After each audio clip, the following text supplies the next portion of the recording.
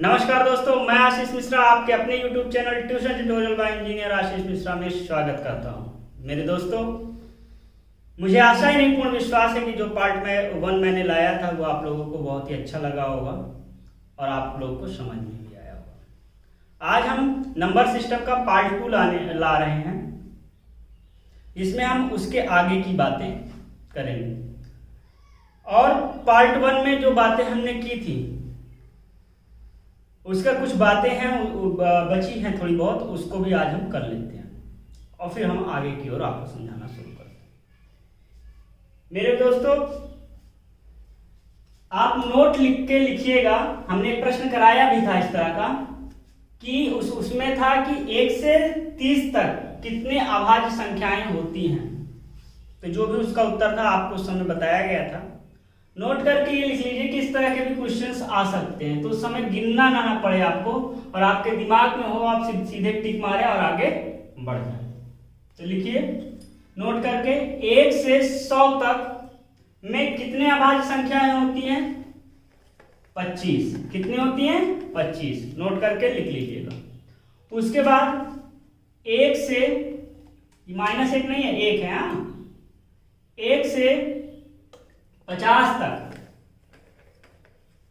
कितनी अभाज्य संख्या होती है? 15। कितनी होती है? 15। 1 से 100 तक में 25 और 1 से 50 तक में 15। ठीक है बच्चों, इसको आप नोट कर लीजिए। अब मेरे प्यारे बच्चों, हम लोगों ने लास्ट टाइम में अभाज्य संख्या, जिसको हम ऋण संख्या भी बोलते हैं और प्राइम नंबर इंग्लिश में बोलते हैं, इसके बारे में हमने चर्चा किया था। 1 के बारे में भी चर्चा किया था, भाज्य या संयुक्त संख्या के बारे में भी हमने चर्चा किया था। इसको कंपोजिट नंबर बोलते हैं। क्या बोलते हैं? Composite number. ठीक है, ये सारी बातें हमने लास्ट टाइम पे की थी। मेरे प्यारे बच्चों, अब बात आती है इन सब चीजों की कि ये सब चीजें क्या है। ठीक है, तो बच्चा पहले तो हम लोग ये चीज देख लें। देखिए, हमारे पास एक थैली है। क्या है? थैली, बैग। वो वाली थैली नहीं जो ससुराल में मिलती है। कौन वाली थैली? जो घर पे होती है, बैग है। बैग में अभाज्य जितनी संख्याएं हैं उसको लाके डाल दिए। ठीक है, जो भी होती है हमने आपको बताया। ये इस 1 को भी लाके इसमें डाल दिया। ठीक है, और ये भाज्य संख्या को भी लाया और थैली में डाल दिया। मतलब आप गए दुकान में गए, भाज्य वाले दुकान में गए, कहे भैया डाल दो, इन्होंने अपना पूरा भाज्य संख्या डाल दिया। फिर आप दूसरी दुकान गए, कहे 1 डाल दो, जैसे कि प्याज टमाटर आलू लेने जाते हैं ना, तो यहाँ 1 गए, कहे भैया डाल दो, ये भी डाल दिए। फिर गए भाज्य संख्या के पास, कहे भैया दे दो, कितने रुपया किलो दिए, तो वो पूरा अपना दे दिए। तो ये जो एक झोला आपका भर गया, इस झोला में आपको बोलेंगे धनात्मक पूर्णांक। क्या बोलेंगे? धनात्मक पूर्णांक। ठीक है, इसे हम प्राकृतिक संख्या भी बोलेंगे। क्या बोलेंगे? प्राकृतिक संख्या। ठीक है मेरे प्यारे बच्चों, तो ये चीजें सारा समझ में आई। मतलब इन सबको भरो, ये बन गया। ठीक, अब हम इसको रफ करते हैं और नंबर लाइन पे आपको बताने की कोशिश कर रहे हैं।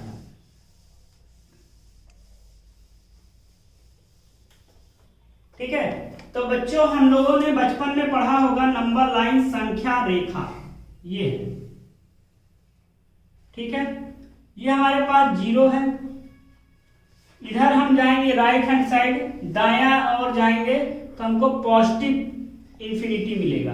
क्या मिलेगा? Positive number. यानी यहां पर +1 मिलेगा, +2 मिलेगा, +3 मिलेगा, +4 मिलेगा, +5 मिलेगा, +6 मिलेगा, +7 मिलेगा, +8 मिलेगा। इसी तरह मिलता चला जाएगा, अनंत तक मिला।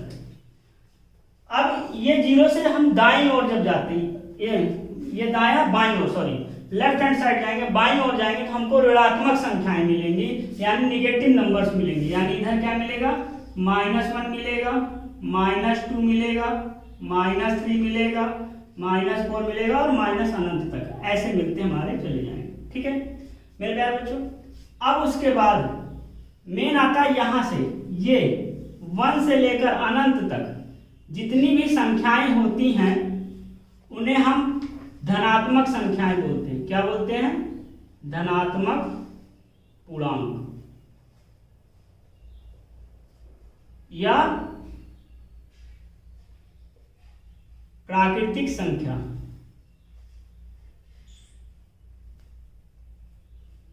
जो अभी झोला भरे थे वही है, उसमें झोला में जो भरे थे वही है ये पूरा। ठीक है, उसके बाद यहां जीरो से लेकर अनंत तक जितनी भी संख्याएं होंगी उसे हम पूर्ण संख्या बोलेंगे। क्या बोलेंगे? पूर्ण संख्या। इसको हिंदी में बोलते हैं नेचुरल नंबर। क्या बोलते हैं? Natural number.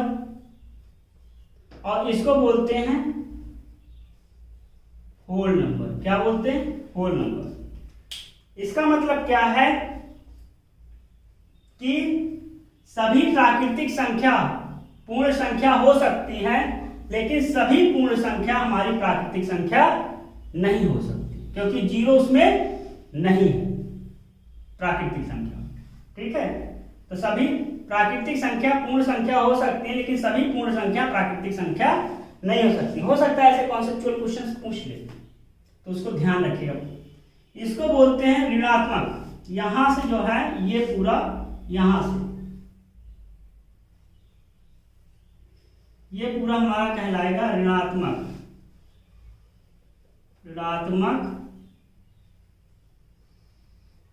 पूर्णांक बोलेंगे इसको। ठीक है, समझ में आया? इधर हमारा क्या है? 1 से लेकर अनंत तक धनात्मक पूर्णांक, या इसे हम प्राकृतिक संख्या बोलते हैं, नेचुरल नंबर भी बोलते हैं। यहाँ से जो है ये हमारा 0 से लेकर अनंत तक जो भी होता है उसे हम पूर्ण संख्या बोलते हैं। 0, 1, 2, 3, 4, 5 से अनंत तक पूर्ण संख्या, जिसे होल नंबर बोलेंगे। -1 से -इन्फिनिटी तक जितनी भी संख्याएं होती हैं उनको ऋणात्मक पूर्णांक हम कहते हैं। ठीक है मेरे प्यारे बच्चों, अब बात आती है कि वही झोला, अब होता है कि पूर्णांक क्या होता है, इंटीजर्स क्या होता है। तो वही एक झोला बनाइए, फिर थैली, ये बनाया थैली। ठीक, इसमें जो है इस ऋणात्मक वाले को भी लाके डाल दीजिए, इस शून्य को भी लाके डाल दीजिए, और इसको प्राकृतिक वाले को भी डाल दीजिए। तो ये जो बनेगा इसी को बोलेंगे पूर्णांक या इंटीजर। ठीक है मेरे प्यारे बच्चों, तो ये हमारे क्या होते हैं?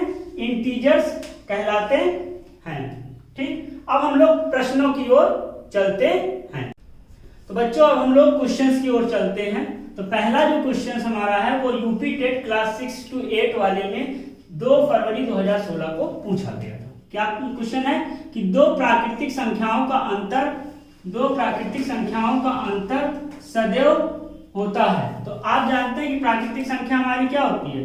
प्राकृतिक संख्या हमारी होती है 1, 2, 3, 4 डैश। तो सदैव होती है एक पूर्णांक। तो देखो पूर्णांक के बारे में बात करते हैं, पहले ए ऑप्शन के बारे में बात करते हैं, पहले बी चेक कर लेते हैं।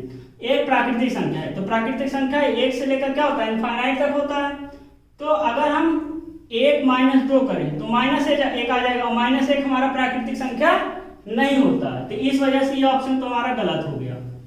अब आता है एक संपूर्ण संख्या। अब आप लोगों के मन में विचार आ रहा होगा कि संपूर्ण संख्या होती क्या है। तो हेडिंग डाल लीजिए संपूर्ण संख्या क्या होती है। वह संख्या, संपूर्ण संख्या हेडिंग डालिए, लिखे वह संख्या जिसके सभी पूर्ण भाजक संख्याओं का योग, जिसके सभी पूर्ण भाजक संख्याओं का योग अगर उस संख्या का दुगना होता है, अगर उस संख्या का दुगना होता है तो वह संख्या संपूर्ण संख्या कहलाती है। कैसे मेरे बच्चों? आप ध्यान रखिएगा, 1 से 100 तक केवल 2 संपूर्ण संख्याएं होंगी।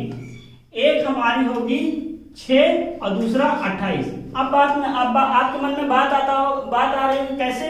देखिए जैसे 6 है तो 6 किसकी टेबल में आता है? 6 हमारी आता है 1 की टेबल में, 6 हमारा आता है 2 की टेबल में, 6 हमारा आता है 3 की टेबल में, और 6 हमारा आता है खुद 6 की टेबल में।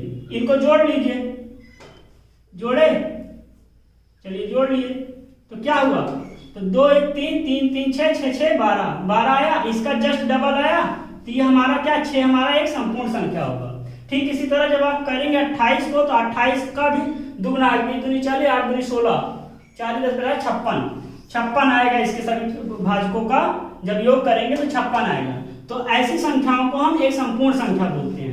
तो संपूर्ण संख्या क्या होता है, जिसका पूर्ण भाजक उस संख्या का दुगना हो, पूर्ण भाजकों का योग उस संख्या से दुगना हो, उसे संपूर्ण संख्या बोलते हैं। 1 से 100 तक में केवल 2 संपूर्ण संख्याएं होती हैं, एक 6 और दूसरा 28। ये चीजें हम आपको बता दिए। तो मेरे प्यारे बच्चों, क्वेश्चन क्या था कि सदैव अंतर सदैव होता है संपूर्ण संख्या, संपूर्ण संख्या की निगेटिव भी जा रहा है, तो इसका मतलब ये भी ऑप्शन हमारा गलत हो गया। ठीक है मेरे प्यारे बच्चों, एक धनात्मक संख्या होगा, भाई ऋणात्मक आया अभी हम लोगों ने देखा है, यानी ये भी गलत हो गया, यानी कि फिर ऑप्शन ए ही सही है, पूर्णांक होगा। ऋणात्मक भी हो सकता है, 0 भी हो सकता है और धनात्मक भी हो सकता है, इसलिए ये पूर्णांक होगा, इसका ए ऑप्शन सही है। ठीक है मेरे प्यारे बच्चों, अब हम लोग चलते हैं प्रश्न नंबर 2 पे। उसमें क्या है 946 और 996, 496 496 योग 318 का निकटतम सैकड़ा में मान क्या है, तो प्लस 318 कर दो, 318 तो 8 6 6 12 13 14 की 4 हासिल लगे 1, 9 1 10 1 11 हासिल लगे 1, 4 4 8 814 हो गया, 814 हो गया। तो 814 से आगे जाएंगे तो 900 आएगा, सैकड़े में 900 आएगा जो कि बहुत आगे दूर है, और दूसरा हमारा क्या आएगा 800 आएगा। ये वाला पास में है, इस वजह से 800 वाला इसका आंसर हो जाएगा, 900 वाला नहीं होगा, 900 वाला बहुत दूर हो जाएगा। और इसमें क्या निकटतम सैकड़े में मान क्या है, ये कब आया था यूपी टेट 1 से 5 वाले में 13 नवंबर 2011 में ये प्रश्न आया। अब मेरे प्यारे बच्चों क्वेश्चन नंबर 3 में चलते हैं। सीटेट 1 से 5 में 29 जनवरी 2012 में क्वेश्चन आया है। ठीक है, क्या क्वेश्चन था कि निम्नलिखित में से कौन सा सही है। ठीक है, तो 1000 का पूर्ववर्ती 999 है, 1000 का के पूर्ववर्ती का परवर्ती 1001 है, 1000 के परवर्ती का 1000 के, ये गलत लिखा है यहाँ पर, पूर्ववर्ती होगा, 1000 के पूर्ववर्ती का परवर्ती 102 है, और 1000 का परवर्ती का पूर्ववर्ती 1000 है। अब मैं आपके दिमाग में बात आ रही है कि परवर्ती क्या होता है, पूर्ववर्ती क्या होता है। तो पूर्ववर्ती क्या होता है, पीछे की संख्या उसको बोलते हैं। पूर्व माने पहले, तो पूर्ववर्ती मतलब पीछे की संख्या, और परवर्ती माने आगे की संख्या, पर, ठीक है, आगे। ठीक है, तो 1000 के पूर्ववर्ती, 1000 के पूर्ववर्ती यानी 999, ऑप्शन चेक करते हैं, 999 का पूर्ववर्ती यानी कि 998 की बात कर रहा है, और यहाँ पर क्या 999 यानी ये गलत हो गया। अब इसको चलते हैं 1000 के पूर्ववर्ती, पूर्व माने पहले, यानी 999 का परवर्ती यानी कि 1000 की बात कर रहा है, यानी ये भी ऑप्शन गलत हो गया। 1000 का पूर्ववर्ती, 1000 का पूर्ववर्ती क्या है 999 का परवर्ती यानी कि 1000, पूर्ववर्ती का परवर्ती 1002 होता है, यानी ये भी हमारा गलत हो गया। अब इसको चलते 1000 का परवर्ती यानी 1001 आ गया, परवर्ती यानी आगे का पूर्ववर्ती यानी एक कम कर दो -1, 1000 आ गया का 1000, यानी कि डी वाला ऑप्शन हमारा सही है। समझ में आया मेरे प्यारे बच्चों, कोई दिक्कत। अब उसके बाद हम लोग चलते हैं क्वेश्चन नंबर 4 में। 25 से कम कितने अभाज्य संख्याएं होती हैं, 25 से कम अभाज्य संख्या कितनी होती है। तो मेरे प्यारे बच्चों ये क्वेश्चन, कल भी एक क्वेश्चन इस तरह का था, उसमें 1 से 30 तक था, और अभी हम जो शुरुआत किए थे वीडियो वहां पर भी हमने बताया कि 1 से 50 तक में कितने होते हैं और 1 से 100 तक में क्वेश्चन होते हैं। ये यूपी टेट में आया हुआ क्वेश्चन है, तो ये दोनों पूछ चुका, हो सकता है कि अब 1 से 50 और 1 से 100 तक पूछे। वैसे पेपर अब कुछ टफ बन रहे हैं, लेकिन तब भी आप लोग उसको याद करिए, कब क्या क्वेश्चन पूछ ले कोई भरोसा नहीं है। तो 1 से 25 से कम तो 2 हमारा अभाज्य है, 3 हमारा अभाज्य है, 4 हमारा 4 नहीं 5 है, 6 नहीं 7 है, 8 नहीं 9 नहीं 10 नहीं 11 है, 12 नहीं 13 है, 14 नहीं 15 है, 15 भी नहीं 16, 14 15 नहीं 16 भी नहीं 17 है, 18 नहीं 19 है, 20 नहीं 21 नहीं 22 नहीं 23 है और 24 नहीं 25 नहीं। तो 1 2 3 4 5 6 7 8 9, यानी इसका आंसर क्या होगा 9। ये यूपी टेट में 6 से 8 वाले में 13 नवंबर 2011 पूछा गया। अब मेरे प्यारे बच्चों एक क्वेश्चन लास्ट वाला बच्चा 5वां नंबर। इसमें क्या है कि किसी संख्या नहीं है, यहाँ गलत वो कट गया, यहाँ होगा संख्या नहीं होती। किसी पूर्णांक का वर्ग करने पर इकाई के स्थान पर कौन सी संख्या नहीं होती है। तो मेरे प्यारे बच्चों अब देखिए, जैसे पूर्णांक में तो 0 का स्क्वायर कर दो, 0 से 9 तक की जो माइनस करोगे वो भी स्क्वायर करोगे तो पॉजिटिव हो जाएगा। तो 0 का स्क्वायर क्या हुआ 0, 1 का स्क्वायर क्या हुआ 1, मतलब 1 का वर्ग 1, 2 का वर्ग क्या हो जाएगा 4, 3 का वर्ग क्या हो जाएगा 9, 4 का वर्ग क्या हो जाएगा 16, 16 का इकाई का अंक अभी बताते हैं, 5 का स्क्वायर हो जाएगा 25, 6 का स्क्वायर हो जाएगा 36 वर्ग, 7 का वर्ग क्या हो जाएगा 49, 8 का वर्ग क्या हो जाएगा 8 × 64, 9 का वर्ग क्या हो जाएगा 9 × 9 81। तो मेरे प्यारे बच्चों आप देख रहे होंगे, नोट करके ये बात लिख लीजिए कि किसी भी पूर्णांक का अगर वर्ग करते हैं तो उसके इकाई के अंक ये हो सकते हैं, 0 हो सकता है, 1 हो सकता है, 4 हो सकता है, 9 हो सकता है और इसमें क्या 6 हो सकता है, 5 हो सकता है, ठीक है, 6 हो चुका, 9 हो चुका, 4 हो चुका, 1 हो चुका, यानी ये हो सकते हैं। इसके अलावा जो नहीं है 0 1 हो सकता है, 2 नहीं हो सकता, तो 2 ऑप्शन में है लिख लीजिए। हो सकता है आपके एग्जाम में 2 के अलावा कोई ऑप्शन हो तो उसमें ध्यान रखिएगा, 3 भी नहीं हो सकता, 4 हो सकता है, 5 हो सकता है, 6 हो सकता है, 7 नहीं हो सकता, 8 नहीं हो सकता और 9 हो सकता है। तो मेरे प्यारे बच्चों ये रहे आज के क्वेश्चन। बच्चों अब इसके आगे की बात हम लोग अगले वीडियो में लेके आएंगे। आशा करते हैं कि आप लोग को सब समझ में आएगा। अगर समझ में नहीं आया तो कमेंट सेक्शन में लिखिए, जो बातें नहीं समझ में आई अगले वीडियो में उसको बताएंगे। धन्यवाद। जय भारत, जय हिंद।